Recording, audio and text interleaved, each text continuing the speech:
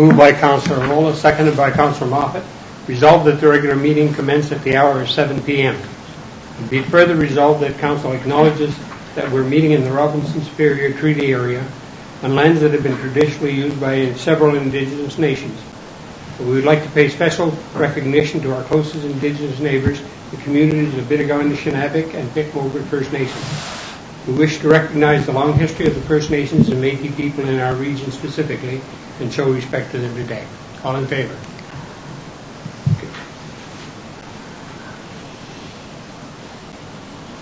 Call the meeting to order. Are there any additions or deletions to the agenda? Is there a disclosure of pecuniary interest or general nature thereof? Seeing none. Moved by Councillor Moffat, seconded by Councillor Hudson. Resolved that the agenda be approved as circulated. All in favour?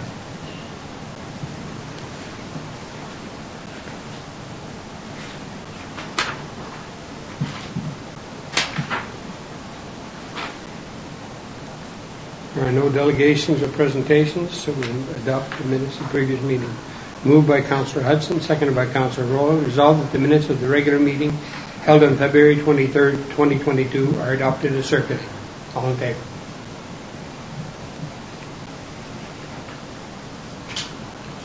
No petitions. We had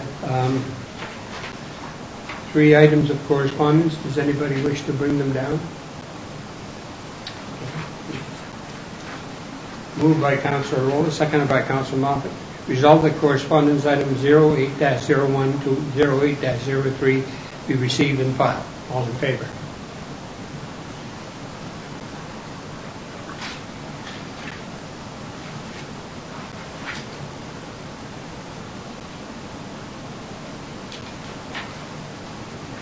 Moved by Councillor Moffat, seconded by Councillor Hudson. Resolved that the minutes of the meeting of the Thunder Bay District Board of Health annual and regular session held January 19, 2022 be accepted as received. All in favour?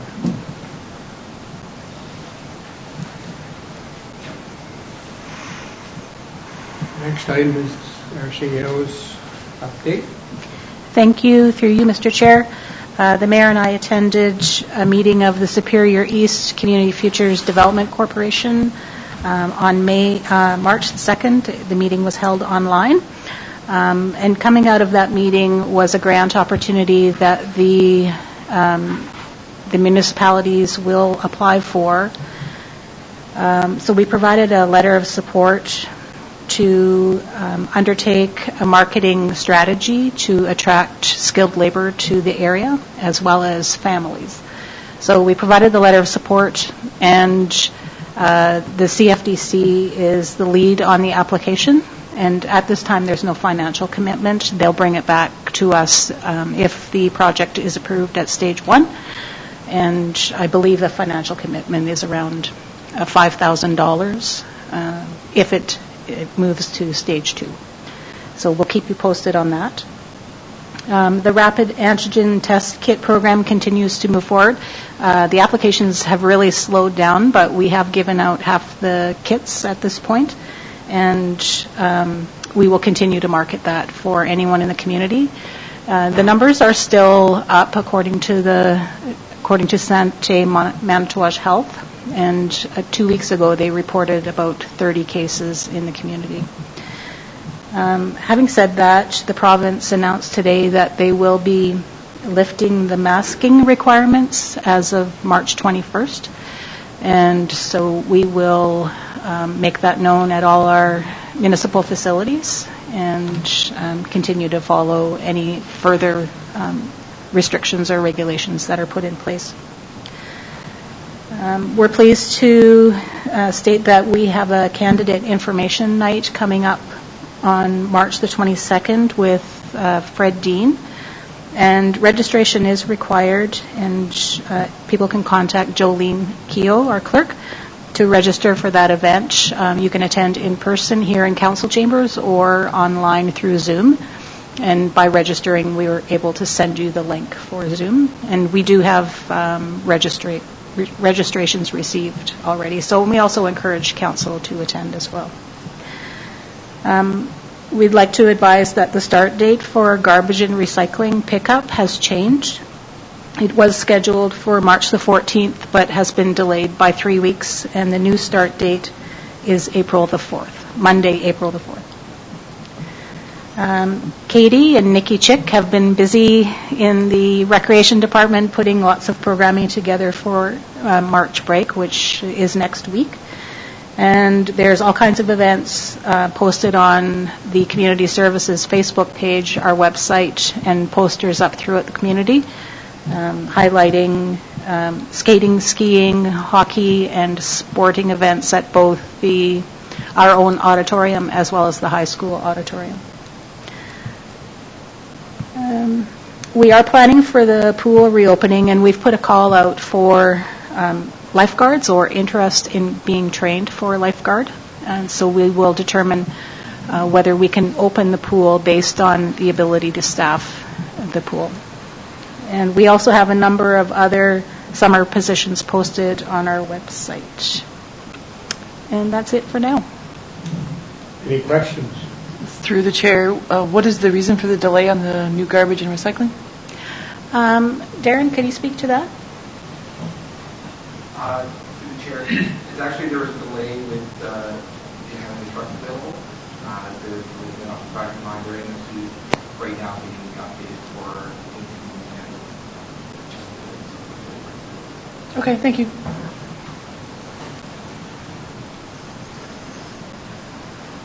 Further? Thank you. Moved by Councillor Hudson, seconded by Councillor Rowland. Resolved that Council has received Administration Report TR 2022-04 submitted by Chris Towns, Treasurer, regarding Q4 2021 Budget Variance Report. Thank you. Through you, Mr. Chair, I'm presenting Chris Towns' report tonight. He's on a week of vacation, well-earned vacation. So the fourth quarter report is an unaudited report. It's based on the information that we have available to us today. And this will change once we go through our audit, but this gives us a good picture of where we ended up at year end. So if you have any questions, I will try to answer them.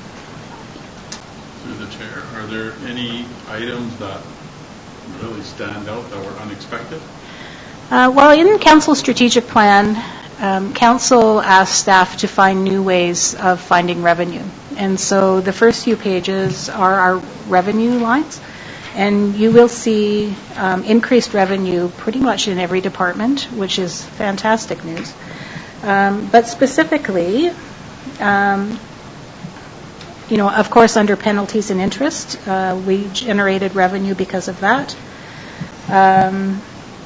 The fees and charges, there was a significant increase in that line because of the sale of our municipal properties, as well as the transportation unit. So in Public Works, we had increased revenues there. The airport had increased revenues because of an increase in fuel sales in 2021. Our wastewater revenues increased. Our water revenues increased. Our garbage collection revenues increased. Our landfill revenues increased. And our cemetery revenues increased. So these are all very good signs that, I want to point out golf revenues increased as well as the community clubhouse. It was a stellar year for food sales at the clubhouse. We are working at finding new ways to generate revenue, which really helps offset the tax rate at the end of the year and during the budget deliberations. So those really are the things that stand out most to me. When we look at expenses, in most areas we were under budget. So that's another good reflection of the department heads staying on top of their budget and managing the expenses that they have available to them. Okay. Considering it was a COVID year, that's very good. Yes. Any further? It be further resolved that upon conclusion of council's review and consideration, council approves the Q4 2021 budget variance report as presented. All in favor?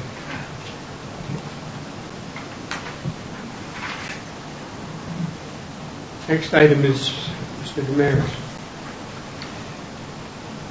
Moved by Councilor Moffat, seconded by Councilor Hudson. Resolved that council has received administration report ENF 2022-01 submitted by Marcel Demers, Manager of Bylaw and Airport Services, regarding the appointment of Municipal Law Enforcement Officer Matthew Gascon. Good evening. Through the chair, yes, as per the enforcement report 01, I would like to appoint Municipal Law Enforcement Officer Matthew Gascon, here present, as badge number M554 for the Township of Manitowoc. Okay, yeah. There's no questions? No? No? And be it further resolved that upon conclusion of council's review and consideration, that Matthew Gascon be appointed as a municipal law enforcement officer with badge number 554 for the Corporation of the Township of Manitowoc. All in favor? Thank you. Congratulations. Congratulations. indeed. Welcome. Yeah. Thank you.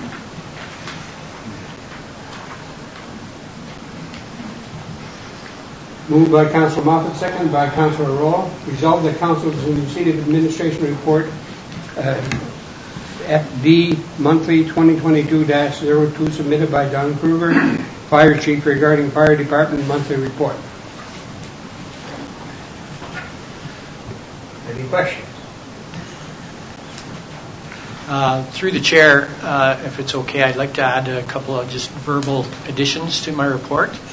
Under the correspondence and other heading, for additions to the fire department, we've had Gary Abbott has rejoined the fire department as of last Friday, I guess. And I have another gentleman that I've spoken to that's thinking about it, so hopefully I'll hear back from him soon. And also, it should be noted that Randy Barnes has resigned his position as an officer of the fire department. He is going to remain on as a firefighter, but he will no longer hold an officer's rank within the fire department. And I would also just like to give a little bit of an update. As I'm sure you're all aware, the OFM is in town this week conducting their audit, and they've had a team that's been going around town to a number of the different businesses within the municipality doing spot inspections. So if any of you have received phone calls or emails or whatnot from residents or business owners, asking what was going on, that's what they've been doing. They're doing spot inspections on some of the local businesses. Not everyone. They've just picked a bunch at random, and they've been going around and doing those inspections. I've been able to accompany them for some of them, and basically this is just going to lead to follow-up that I will have to do at a later date. So I just wanted to give everyone a bit of a heads up to that if you've been receiving phone calls or emails from residents wondering what's going on. So. Okay, sounds good. Through the chair, under the correspondence other section, there's it's about that communication tower. You're having a little trouble getting that Yes. Going. So through the chair, we had requested some information on moving our equipment, the fire department communications equipment, from the old CBC tower, I guess it is, to a different tower owned by another company. And through that communication, there was some question about what that company was after. So we've started a process just to try and gather more information, and we've actually inquired about costing of putting up our own tower that we would own, so that we don't have to pay rent or jump through any further hoops for placing equipment. Would that be in the upcoming 2022 budget? You're going to be looking at that? I'm Because not sure. we're coming close to approving that. Yes, I'm not sure at this point. It depends on when we can get that information.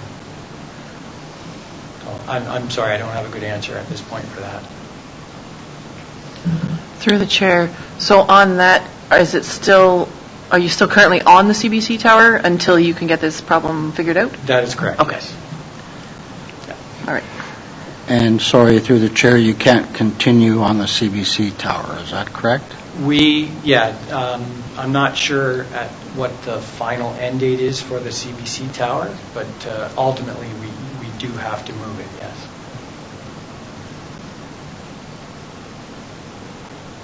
Our understanding is that the tower's been decommissioned, but it will also be taken down this year. It was supposed to be done last year, but it was delayed. Sorry, the CBC tower's coming down. That's right. Oh. Can't buy it off them for $10?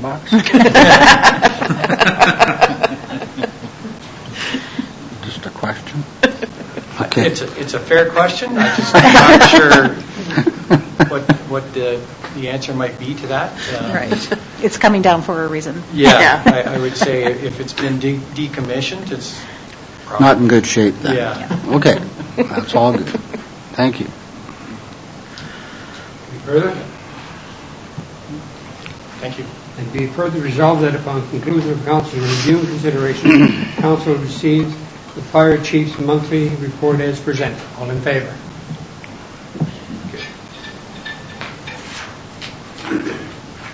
Moved by Councilor Moffat, seconded by Councilor Hudson. Resolved that council will receive the administration report, ADM 2022-13, submitted by Jolene Keogh, clerk, regarding the 2021 annual accessibility status report. Thank you, through the chair. So the annual accessibility status report is an update on the accessible improvements that we were able to undertake in 2021. Some of the highlights in the report for 2021 were we were successful in our compliance report with the Accessibility Directorate of Ontario. We did some updating on the website for compliance as well. We implemented the online payment platform Paymentus. That was launched last year, and that makes it more accessible for residents that can make payments through their home. They don't have to travel. They don't have to try to come to the office to make their payments. And we were also successful in obtaining a grant for electronic accessible doors for the library.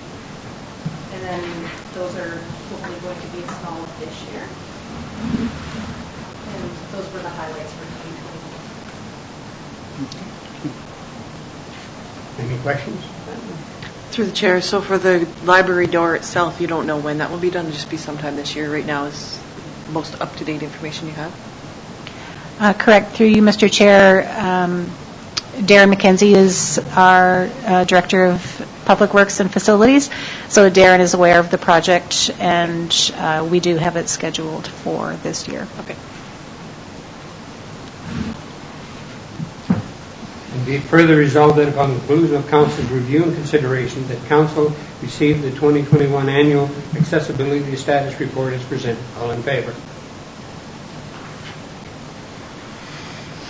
Moved by Councilor Rolla, seconded by Councilor Hudson. Resolved that council will receive the administration report, ADM 2022-14, submitted by Jolene Keogh, clerk, regarding the 2022-2027 multi-year accessibility plan for the Township of Manitowoc. Thank you, through the chair. So the 2022-2027 multi-year accessibility plan is a 5-year plan that's required under the Accessibility for Ontarians with Disabilities Act. And so the last one was approved by council in 2016, so this does need to be updated. The plan does contain past plans, accessibility updates that we have, and ongoing initiatives. It identifies requirements under the provisions of the AODA and the Integrated Accessibility Standard Regulation. And so some of those would be customer service, a focus on information and communication, employment, design of public spaces, and transportation. So those are all highlighted within the plan.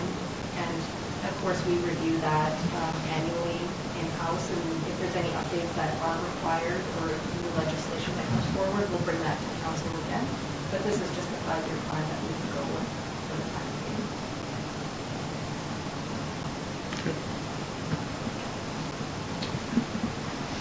being. Be it further resolved that upon conclusion of council's review and consideration, the council approve the 2022 to 2027 multi-year accessibility plan as presented, and that council direct staff to update all accessibility policies to remain in compliance with the Accessibility for Ontarians with Disabilities Act, AODA. All in favor?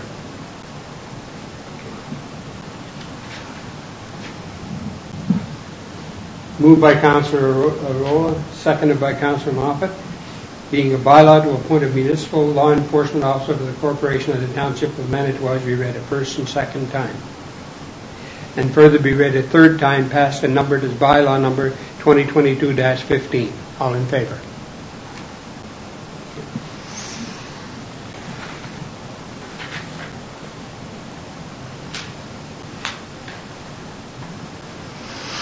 Moved by Councillor Arola, seconded by Councillor Hudson, being a bylaw to establish a personnel policy binder for the Township of Manitowoc be read a first and second time. And further be read a third time and passed and numbered as bylaw number 2022-16. All in favor? Through the chair, I just have a quick question regarding that. So that will be fully accessible to the public, anyone who can access the website? Yes, so through you, Mr. Chair, we will post, so we provide a binder to each department, so they have that available to all staff. And we will also post it on our reports section in iCompass, and it's fully accessible by the public. Okay, thank you. There are no motions or motions, and we're not going into closed session, so there's no business arising. Moved by Councillor Hudson, seconded by Councillor Moffat, being a bylaw to confirm the proceedings of the Council of the Township of Manitowoc at its meeting held Wednesday, March 9, 2022, be read a first and second time. And further be read a third time, passed and numbered as bylaw number 2022-17. All in favor?